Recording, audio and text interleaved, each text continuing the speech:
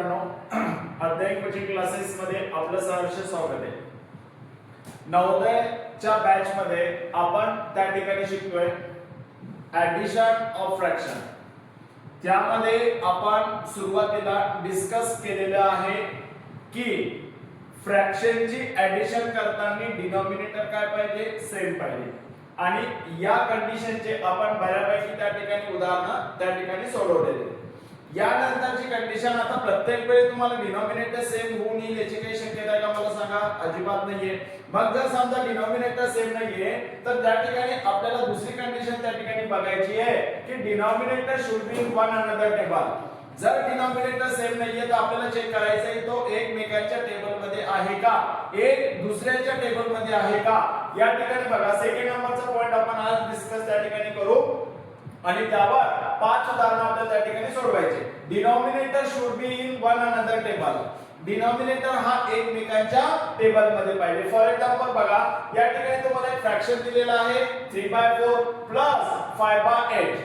या ठिकाणी जर सुरुवातीला तुम्ही ऑब्झर्वेशन केलं तर या ठिकाणी डिनॉमिनेटर 4 आहे, डिनॉमिनेटर 8 आहे, म्हणजे डिनॉमिनेटर त्या ठिकाणी सेम नाहीये. आणि जर डिनॉमिनेटर सेम नाहीये तर आपल्याला सेकंड नंबरची कंडिशन बघायला पाहिजे की त्या ठिकाणी denominator should be in one another table.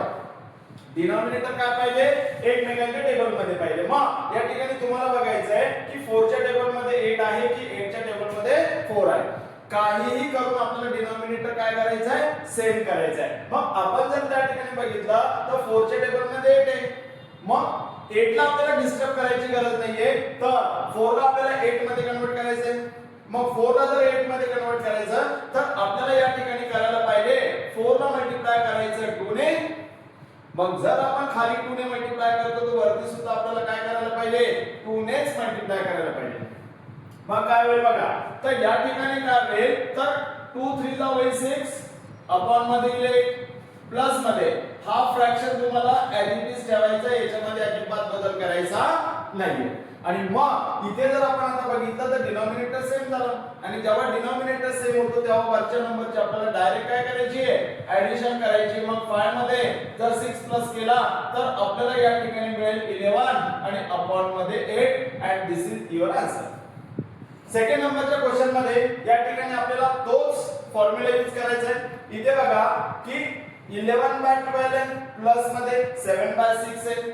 Denominator same नाहीये आणि जर डिनॉमिनेटर सेम नाहीये मग आपल्याला बघायला पाहिजे की डिनॉमिनेटर एकमेकांच्या टेबल मध्ये घ्या. Denominator should be in one another table. इथे बघा 12 च्या टेबल मध्ये 6 आहे किंवा 6 च्या टेबल मध्ये 12 आहे. एक गोष्ट तुम्हाला त्या ठिकाणी जाणवेल की 12 च्या टेबल मध्ये 6 नाही पण 6 च्या टेबल मध्ये 12 आहे. मग या ठिकाणी 12 ला आपल्याला डिस्टर्ब करायचं नाहीये. डिस्टर्ब कुणाला करायचं, 6 ला. आणि या 6 ला आपल्याला 12 मध्ये कन्वर्ट करायचं. म्हणजे या ठिकाणी आपण 6 ला काय करणार, 2 ने मल्टिप्लाय करणार. मग जर 6 ला आपण 2 ने मल्टिप्लाय केला तर वरती सुद्धा आपल्याला काय करायचंय, 2 नेच मल्टिप्लाय करायचंय. मग काय होईल, पहिल्या फ्रॅक्शन मध्ये नो चेंज, प्लसचं साइन ऍज इट इज. 7 ला 2 ने मल्टिप्लाय करायचं म्हणजे 7 टू द 14 अपॉन मध्ये 6 टू द 12. कंडिशन फुलफिल झाली म्हणजे डिनॉमिनेटर सेम झाला. आणि डिनॉमिनेटर सेम झाला म्हटल्यानंतर वरच्या नंबरची आपल्याला काय करायची आहे, प्लस करायची. मग काय होईल बघा 11 प्लस 14 अपॉन मध्ये 12. या दोन नंबरची आपल्याला आता ऍज इट इज ऍडिशन करायची म्हणजे या ठिकाणी किती येणार 25 आणि अपॉन मध्ये 12. हा जर नंबर पुढे सिम्पलेस्ट फॉर्म मध्ये होत असेल तर करायचा, नाहीतर मग ऍज इट इज तुम्हाला तो त्या ठिकाणी ठेवायचा. क्वेश्चन नंबर 3 मध्ये बघा, जर या ठिकाणी आपल्याला ऍडिंग करायची तर पुन्हा तेच बघायचंय डिनॉमिनेटर सेम आहे का. मग इथे 13/6 आहे प्लस 7/18 आहे. डिनॉमिनेटर सेम आहे का सांगा, अजिबात नाहीये. मग डिनॉमिनेटर जर सेम नाहीये तर करायला पाहिजे. मग काय बघा 6 च्या टेबल मध्ये 18 आहे की 18 च्या टेबल मध्ये 6 आहे. काय लक्षात येईल तुमच्या, इथे तुमच्या लक्षात येईल की 6 च्या टेबल मध्ये 18 3 नंबरला आहे म्हणून खाली 3 ने आणि वरती 3 ने सुद्धा काय करायचं तुम्हाला मल्टिप्लाय करायचं. काय चेंजेस होतील तुमच्या लक्षात येईल. इथे होईल 39 अपॉन मध्ये 18. या फ्रॅक्शन मध्ये अजिबात आपल्याला चेंज करायचा नाही. काय सेम झाला, डिनॉमिनेटर सेम झाला. आणि जेव्हा डिनॉमिनेटर सेम होतो तेव्हा वरच्या नंबरची डायरेक्ट काय करणार, ऍडिशन करणार. 39 प्लस 7 आणि अपॉन मध्ये 18 इज इक्वल.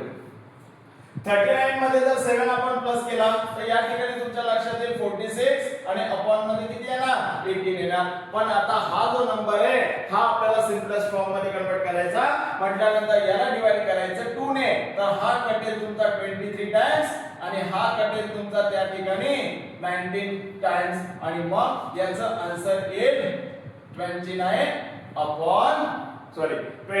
अपॉन मध्ये 9.